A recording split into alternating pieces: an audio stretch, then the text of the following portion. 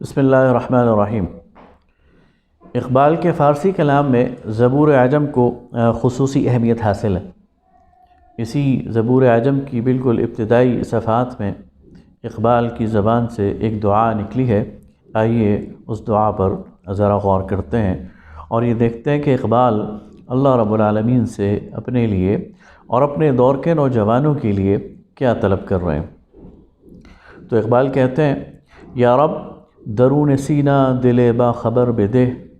در بادہ نشرا نگرم آ نظر بدے۔ کہ اللہ مجھے سینے میں ایسا دل دے جو باخبر ہو، جو اسرار کائنات کو جانتا ہو، جس کو معرفت کی کیفیت حاصل ہو، اور جو بے خبر نہ ہو اور جو بالکل کٹا ہوا نہ ہو، اور جس کا تعلق تیرے ساتھ ہو اور وہ تیرے رازوں سے باخبر ہو۔ اور مجھے وہ نظر دے کہ جو پیالے میں جو نشہ ہے، پیالے کے اندر جو شراب ہے، اس کے نشے کو پہچان لے۔ جو گویا اقبال یہ کہنا چاہ رہے ہیں کہ سامنے جو چیز علوم میں اور معرفت میں پڑی ہے، اس کے اندر جو تاثیر ہے اور اس کے اندر جو کیفیت ہے، وہ اس تک پہنچ سکے۔ آگے ایک بہت اہم بات وہ اپنے رب سے مانگ رہے ہیں، این بندراں کے با نفس دیگران زیست، یک آہ خانہ ذات مثال سحر بدے۔ اپنے بارے میں کہتے ہیں کہ میں دوسروں سے مستعار زندگی اور دوسروں سے مستعار اور مانگی ہوئی سانسوں کا قائل نہیں ہوں۔ یک آہ خانہ سانس مثال سحر بدے، مجھے ایک آہ دے دے لیکن وہ اوریجنل ہونی چاہیے، وہ میری ہونی چاہیے۔ گویا میری جو بھی فکر ہے، میری جو بھی آہ ہے، میرا جو بھی کہنا ہے، میرا جو بھی کلام ہے، وہ اوریجنل میرا ہی ہونا چاہیے۔ اس پر کسی کی چھاپ نہیں ہونی چاہیے، وہ کسی سے مستعار نہیں ہونا چاہیے، مانگا ہوا نہیں ہونا چاہیے۔ اس سے اقبال کے اس کیفیت کا اندازہ لگایا جا سکتا ہے کہ اقبال کتنی خوددار کیفیت کے حامل شخص تھے، اور اپنے لیے اپنے رب سے ایک خالص وہ چیز مانگ رہے تھے جو اسی کی، اور وہ نظر آتا ہے ان کے کلام میں کہ جو کچھ انہوں نے کہا، جو کچھ انہوں نے سوچا، وہ ان کے علاوہ کوئی اور نہیں سوچ سکا تھا۔ گویا ان کی فکر ان کی اس آرزو کے مطابق بالکل اوریجنل ہے۔ آگے کہا، سریم مرا بجوئے تنگ مایا مپیچ، جو لاگہے بے وادی کو ہو کمر بدے۔ میں سیلاب ہوں اور مجھے کسی تنگ نالے کے سپرد نہ کرنا، مجھے تو پہاڑوں میں اور وادیوں میں اور مجھے پہاڑوں اور وادیوں اور صحراؤں کی وسعت عطا کر۔ گویا بعض وقت انسان یہ محسوس کرتا ہے کہ اس کے اندر پوٹینشل ہے، وہ کوئی کام کر سکتا ہے، لیکن وقت اور حالات وہ اس کو بالکل سمیٹ کر رکھ دیتے ہیں، سوکیڑ کر رکھ دیتے ہیں۔ تو اقبال اپنے رب سے یہ دعا کرتے ہیں کہ اللہ مجھے اس دنیا کے اندر کسی تنگ اور تاریک نالے اور کسی بند گلی میں داخل نہ کرنا،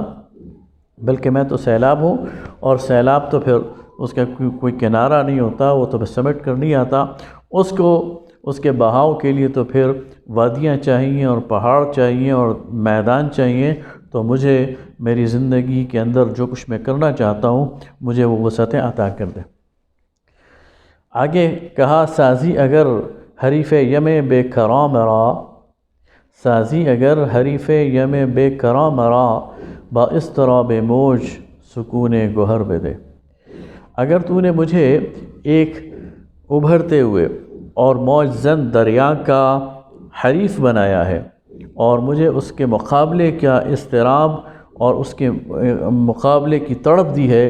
تو پھر وہی اضطراب بھی عطا کر جو کہ ایک دریا کی موج میں ہوتا ہے، اور وہ سکون بھی عطا کر جو موج کے نیچے پانی کے اندر ہوتا ہے۔ گویا اقبال یہ اپنے رب سے مانگ رہے ہیں کہ یہ دنیا، اس کے اندر جو کشمکش ہے، یہ دنیا اس کے اندر جو تلاطم ہے، مجھے وہ تلاطم بھی عطا کر، مجھے وہ تڑپ بھی عطا کر، مجھے وہ جوش بھی عطا کر، لیکن میرے دل کو پرسکون بنا دے، بالکل اسی طرح جس طرح سیپ کے اندر جو موتی ہے اور صدف ہے وہ بالکل پرسکون انداز میں ہوتا ہے۔ تو میرے اندر ایک سکون ہو اور میرے عمل میں ایک جوش ہو اور ایک اضطراب ہو۔ آگے کہا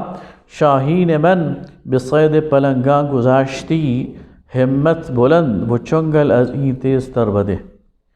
میرے شاہین کو تو نے چیتوں کے شکار پر لگا دیا ہے، تو پھر اس شاہین کو بلند ہمت بھی عطا فرما اور چیتوں کی پنجوں سے اور ناخنوں سے تیز ناخن بھی سے عطا کر دے۔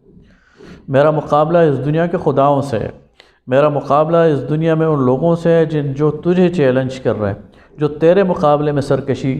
کے دعوے دار ہیں، تو پھر مجھے اتنی بلند ہمت اور بلند عزم عطا کر کے میں ان کا مقابلہ کر سکوں، اور اس کے ساتھ ساتھ اتنی میرے پنجوں کے اندر طاقت دے کہ میں انہیں دبوچ سکوں اور انہیں اپنے پنجے میں گرفتار کر سکوں۔ آگے کہا رفتم کہ طائران حرم را کنم شکار، تیرے کے نافکندہ فتدگار کر بدے، مجھے حرم کے پرندوں کا شکار کرنا ہے، مجھے اپنے گھر کے اندر جو میرے وسائل ہیں ان کو سمیٹنا ہے، مجھے اپنی نوجوان نسل کو اپنے ساتھ ملانا ہے، لہذا مجھے وہ تیر دے کہ جو چلائے بغیر بھی کارگر ہو سکیں۔ آگے کہا آخری شعر اس دعا کا کہ خاکم بنور نغمہ داؤد بر فیروز، ہر ذرہ میرا پر و بال شرر بدے، کہ میرے اس خاکی جسم کو داؤد علیہ السلام کے نغمے سے منور کر دے، جس طرح کہ میں نے ایک اور جگہ کہا زبور عجم اس کو اس لیے کہا گیا کہ حضرت داؤد علیہ السلام کی جو کتاب ان پر اتری اس کا نام زبور ہے، اور وہ اس کو خوش الہانی سے پڑھا کرتے تھے، تو اسی کی نسبت سے اقبال کہتے ہیں کہ مجھے بھی وہ نغمہ داؤد وہ عطا کر اور اس سے میرے جسم کے ایک ایک ذرے کو منور کر دے، اور میرے جسم کے روئے روئے کو ایک شرر بنا دے تاکہ وہ ہر جگہ اڑتا پھرے۔ تو آپ نے دیکھا کہ اس نظم میں اور اس دعا میں اقبال اپنے لیے اور اپنے جیسے نوجوانوں کے لیے، اپنے دور کے نوجوانوں کے لیے اللہ تعالیٰ سے خودی مانگ رہے ہیں، ایک کھلا میدان مانگ رہے ہیں، ہمت اور طاقت مانگ رہے ہیں، اوریجنل تھاٹ مانگ رہے ہیں، اور اس ساری کشمکش کے لیے ایک تڑپ اور ایک جد و جہد مانگ رہے ہیں، اور اس کے نتیجے میں وہ پرسکون دل بھی مانگ رہے ہیں جو ان تمام تلاطل کا مقابلہ کر سکے۔ وآخر دعوانا الحمدللہ رب العالمین۔